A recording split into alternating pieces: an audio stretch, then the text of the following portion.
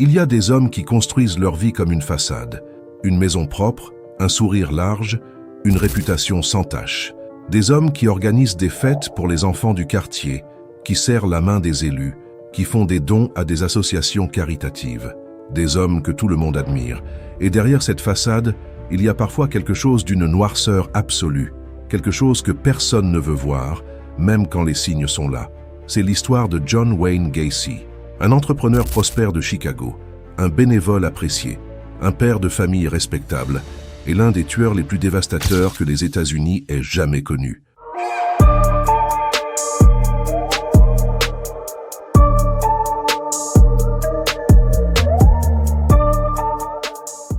John Wayne Gacy naît le 17 mars 1942 à Chicago, dans l'Illinois.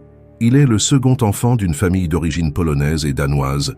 Son père, John Stanley Gacy, est mécanicien. Sa mère, Marion, est femme au foyer. En apparence, une famille ordinaire du Midwest américain. Mais derrière les murs de cette maison, il y a une violence sourde et constante. Le père est alcoolique. Il bat sa femme. Il bat ses enfants. Il humilie John sans relâche, le traitant d'idiot, de fainéant, le comparant défavorablement à ses sœurs. Un soir, alors que le jeune John n'a que 4 ans, il reçoit des coups de ceinture pour avoir accidentellement démonté un moteur que son père venait d'assembler. Une autre fois, un coup de manche à balai le laisse inconscient. John grandit avec une seule obsession, mériter l'approbation de cet homme. Il ne l'obtiendra jamais. L'enfance de Gacy est aussi marquée par des problèmes de santé, des évanouissements inexpliqués dès l'âge de 12 ans, un appendice retiré à 15 ans, une santé fragile qui l'empêche de pratiquer des sports. Son père, loin de lui témoigner de la compassion, l'accuse de simuler pour attirer l'attention. Ses camarades d'école se moquent de lui. Il est gros, peu athlétique, souvent absent. Et puis, en 1949, alors qu'il n'a que 7 ans, il est abusé sexuellement par un ami de la famille, un entrepreneur qui l'emmenait faire des tours en camionnette. Gacy n'en parlera jamais à son père. Il a trop peur d'être tenu pour responsable. À 18 ans, Gacy quitte la maison familiale et part tenter sa chance à Las Vegas, puis revient à Chicago. Il entre dans une école de commerce, obtient son diplôme en 1963 et décroche un poste de stagiaire dans une chaîne de distribution de chaussures. En 1964, il épouse une collègue, Marlene Myers, et déménage à Waterloo, dans l'Iowa, pour gérer 3 restaurants de la chaîne Kentucky Fried Chicken appartenant à son beau-père. C'est une période que Gacy lui-même décrira plus tard comme parfaite. Il est actif dans les associations civiques locales, les JCs, une organisation d'entraide pour jeunes entrepreneurs.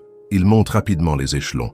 Il est élu vice-président de la section locale. Il organise des événements, distribue du poulet frit à ses collègues, insiste pour qu'on l'appelle le colonel. Mais à Waterloo, il y a aussi un côté sombre de la vie sociale des JCs, des soirées échangistes, de la pornographie, de la drogue. Gacy y participe pleinement.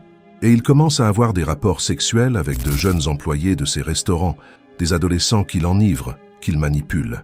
En août 1967, il commet sa première agression documentée.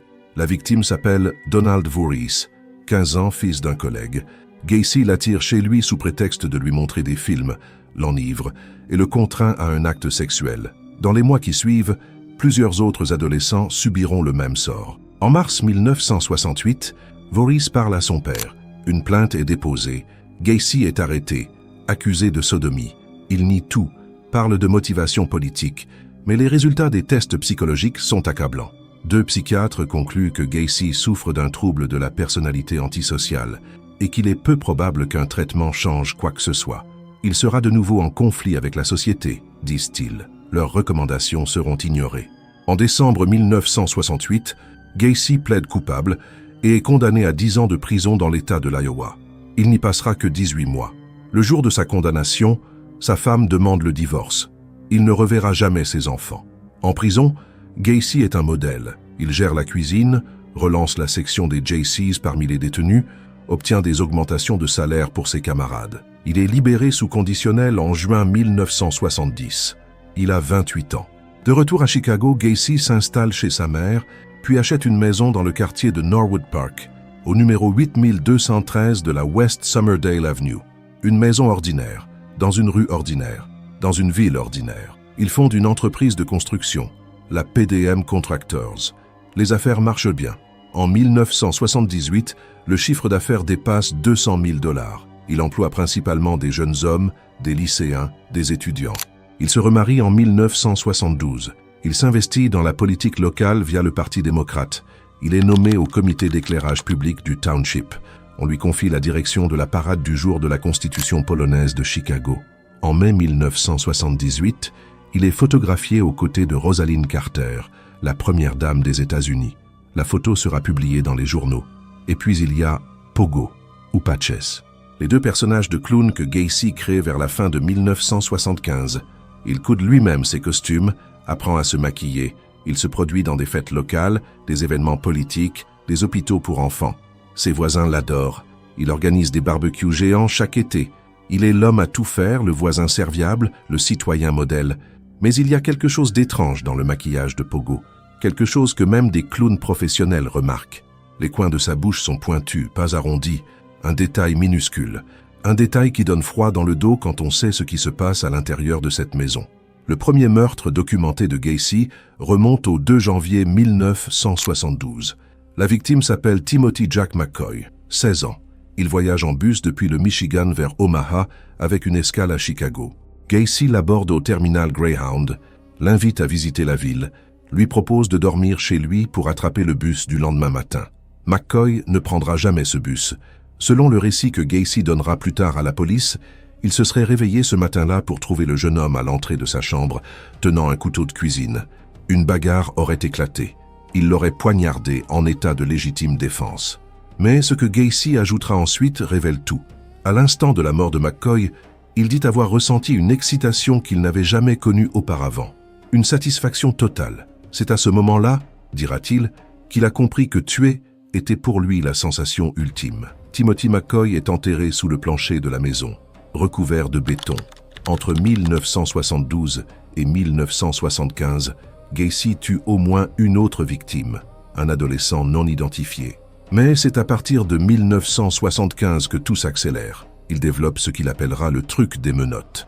Au cours de soirées, ou sous prétexte d'un tour de magie, il convainc ses victimes de se laisser menotter. Une fois les mains liées dans le dos, il prononce toujours la même phrase. Le truc, c'est qu'il faut avoir la clé. Puis vient ce qu'il appelle le truc de la corde. Une corde passée autour du cou, un garrot serré et la mort par stranglement. Le 31 juillet 1975, John Butkovich, 18 ans, employé de la PDM Contractors, disparaît. Il s'était rendu chez Gacy pour réclamer 2 semaines de salaire impayé. Son père appellera la police plus de 100 fois au cours des 3 années suivantes, insistant pour que Gacy soit sérieusement interrogé. La police traitera l'affaire comme une fugue. En avril 1976, Darrell Sampson, 18 ans. En mai, Randall Refett, 15 ans, et Samuel Stapleton, 14 ans, enlevés le même jour. En juin, Michael Bonin, 17 ans, puis William Carroll, 16 ans. Les disparitions se multiplient, toutes traitées comme des fugues. La police ne fait pas le lien. Personne ne fait le lien. En décembre 1976, Gregory Godzik, 17 ans, employé de la PDM depuis 3 semaines, disparaît après un rendez-vous avec sa petite amie. Sa famille contacte Gacy. Il leur dit que le garçon avait parlé de fuguer, qu'il a même reçu un message de lui sur son répondeur. Mais quand la famille demande à entendre ce message, Gacy dit l'avoir effacé. Gregory avait confié à sa famille, quelques semaines avant sa disparition, qu'il avait creusé des tranchées dans le vide sanitaire sous la maison de son patron. Pour de la plomberie, lui avait dit Gacy. Le mois de mars 1978 marque le début d'une période encore plus sombre. Jeffrey Rignall, 26 ans, est attiré dans la voiture de Gacy. Il est mis hors de connaissance au chloroforme, emmené dans la maison de la Summerdale, torturé pendant des heures, puis abandonné inconscient dans un parc de Chicago. Il survivra. Il ira à la police. La police prendra note mais n'agira pas immédiatement. Robert Donnelly, 19 ans, est enlevé à un arrêt de bus à la pointe d'une arme. Il subira des heures de sévices. À un moment, il suppliera Gacy de le tuer pour en finir. Gacy répondra calmement. « Je prends mon temps ». Donnelly sera finalement relâché. Lui aussi ira à la police. Gacy reconnaîtra les faits devant les enquêteurs, mais prétendra qu'il s'agissait d'une relation consentie. Les policiers le croiront. Le 11 décembre 1978, John Wayne Gacy se rend à la pharmacie Nisson de Des Plaines pour discuter d'un contrat de rénovation avec le propriétaire. Pendant qu'il est là, il mentionne à voix haute que son entreprise recrute des jeunes hommes, à 5 $ de l'heure, presque le double de ce que gagne un jeune employé de la pharmacie présent ce soir-là. Cet employé s'appelle Robert Piest. Il a 15 ans. Avant de partir, Gacy lui glisse quelques mots. Robert dit à sa mère qu'il sort une minute parler à un entrepreneur qui lui propose du travail. Il sera de retour rapidement. Il ne reviendra pas. Sa mère attend. Les minutes passent. 1 heure. Elle appelle la police. Les enquêteurs interrogent le propriétaire de la pharmacie qui confirme que Gacy était là ce soir-là. Ils se rendent à la maison de la Somerdale Avenue. Gacy nie avoir parlé à Robert Piest. Il est courtois, coopératif, même serviable. Il promet de passer au commissariat plus tard dans la nuit pour signer une déposition.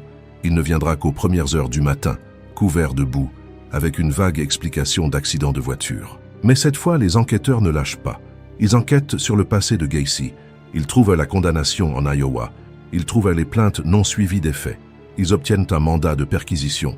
Dans la maison, ils saisissent un anneau scolaire portant les initiales JAS et plusieurs permis de conduire au nom de personnes différentes. Une pièce de bois avec 2 trous aux extrémités, le fameux garrot, des livres, des vêtements beaucoup trop petits pour Gacy, une ordonnance au nom d'un employé de la pharmacie Nisson. Et ils remarquent une odeur lourde, persistante, quelque chose qui monte des bouches d'aération. La surveillance s'intensifie. Le 20 décembre, Gacy conduit ses enquêteurs dans des restaurants, les invite à boire, parle de ses affaires, de ses mariages, de ses spectacles de clowns.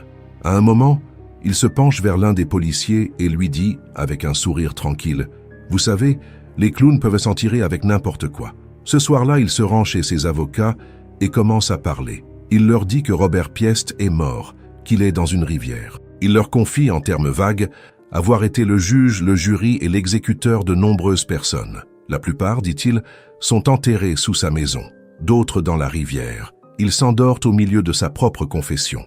Le 21 décembre 1978, les policiers obtiennent un second mandat de perquisition. Ils pénètrent dans la maison. Un technicien descend dans le vide sanitaire, sous le plancher, un espace de 8,50 m sur 11,60 m. Il commence à creuser. En quelques minutes, il découvre des restes humains. Il remonte et dit aux enquêteurs « Il peut accuser Gacy de meurtre ». Puis il ajoute « Cet endroit est plein d'enfants ». Entre le 22 et le 29 décembre 1978, 27 corps sont extraits de la maison, 26 du vide sanitaire, 1 sous le béton de la garage. 3 autres seront retrouvés plus tard dans la rivière des Plaines. En tout, 33 victimes confirmées. Des jeunes hommes entre 14 et 21 ans. Certains étaient des employés de la PDM, d'autres avaient été abordés dans la rue ou au terminal de bus. Certains n'avaient pas encore de prénom dans les dossiers de la police. Robert Piest sera retrouvé le 9 avril 1979, ses restes accrochés aux racines d'un arbre au bord de la rivière des Plaines. Il avait 3 boules de papier enfoncées dans la gorge, placées là pendant qu'il était encore en vie. Le procès s'ouvre le 6 février 1980 à Chicago. La défense plaide la folie. Elle appelle des psychiatres qui diagnostiquent une schizophrénie paranoïde, un trouble de la personnalité multiple. L'accusation répond que Gacy était parfaitement conscient de ses actes, qu'il planifiait ses crimes avec minutie, qu'il prenait soin de dissimuler les corps, de manipuler les enquêteurs, de maintenir une apparence irréprochable. Jeffrey Rignall témoigne. Il pleure plusieurs fois en décrivant ce qu'il a subi. Robert Donnelly témoigne. Pendant qu'il parle, Gacy rit. Les jurés délibèrent moins de 2 heures. Gacy est reconnu coupable des 33 meurtres. Il est condamné à mort pour 12 d'entre eux. Il passera 14 ans dans le couloir de la mort. Il peint des portraits de clowns, surtout, des autoportraits en pogo. Il vend ses tableaux jusqu'à 20 000 $ pièce. Il répond à des interviews. Il continue de clamer son innocence, affirmant que ses employés ont commis les meurtres pendant ses absences. Le 10 mai 1994, John Wayne Gacy est exécuté par injection létale au centre correctionnel de Stateville. L'injection se complique, les produits chimiques se solidifient dans le cathéter. Les rideaux sont tirés pour cacher la scène aux témoins. 10 minutes s'écoulent, puis la procédure reprend. Ses dernières paroles, adressées à son avocat, sont qu'on ne peut pas réparer une perte avec une autre mort. Puis il se tourne vers le gardien et lui dit quelque chose que les journaux rapportent comme l'équivalent d'un geste d'adieu assez grossier. L'un des procureurs du procès, William Kunkel, commentera simplement « Il a eu une mort bien plus douce que n'importe laquelle de ses victimes. L'affaire ne se ferme pas avec l'exécution de Gacy. Pendant des années, 6 des victimes restent sans nom. Ce sont des corps, des numéros, des âges estimés, des fragments d'êtres humains que personne n'est venu réclamer ou dont personne ne savait qu'ils avaient disparu. En 2011, le bureau du shérif du comté de Cook lance une nouvelle initiative. Des profils ADN complets sont établis pour chaque victime non identifiée. Des appels sont lancés au public. Des familles à travers les États-Unis envoient des échantillons d'ADN. C'est ainsi que William Bundy, 19 ans, retrouve son identité en novembre 2011. Que James Hackenson, 16 ans, vu en vie pour la dernière fois le 5 août 1976, est officiellement identifié en juillet 2017. Que Francis Alexander obtient un nom en 2021. À ce jour, 5 victimes de John Wayne Gacy demeurent sans identité. 5 familles qui peut-être quelque part ne savent toujours pas ce qu'il est advenu de leur fils, leur frère, leur ami. Ce qui frappe, quand on reconstitue cette affaire, ce n'est pas seulement l'horreur des actes, c'est la longueur du silence. 6 ans de meurtre, des dizaines de disparitions traitées comme des fugues, des survivants entendus, mais pas vraiment écoutés, un passé judiciaire connu des autorités, mais ignoré. Une odeur signalée par un voisin pendant des années, sans qu'on y prête attention. John Wayne Gacy n'était pas invisible. Il était trop visible, trop respectable, trop utile. Et cette utilité était le meilleur des camouflages. Il avait compris quelque chose que peu de gens veulent admettre. La confiance que nous accordons à un homme souriant, actif dans sa communauté, ami des puissants, est presque impossible à remettre en question. Pas parce qu'elle est rationnelle, mais parce qu'elle est confortable. Et pendant que cette confiance tenait, des jeunes hommes disparaissaient, un par un, dans l'indifférence. Si cette affaire vous a marqué, si vous pensez que ces histoires méritent d'être connues, abonnez-vous à la chaîne. Et dites-moi en commentaire, qu'est-ce qui vous semble le plus troublant dans cette affaire? La personnalité de Gacy, les failles de l'enquête, ou le fait que des victimes n'aient toujours pas de nom aujourd'hui? Je lis tous vos commentaires.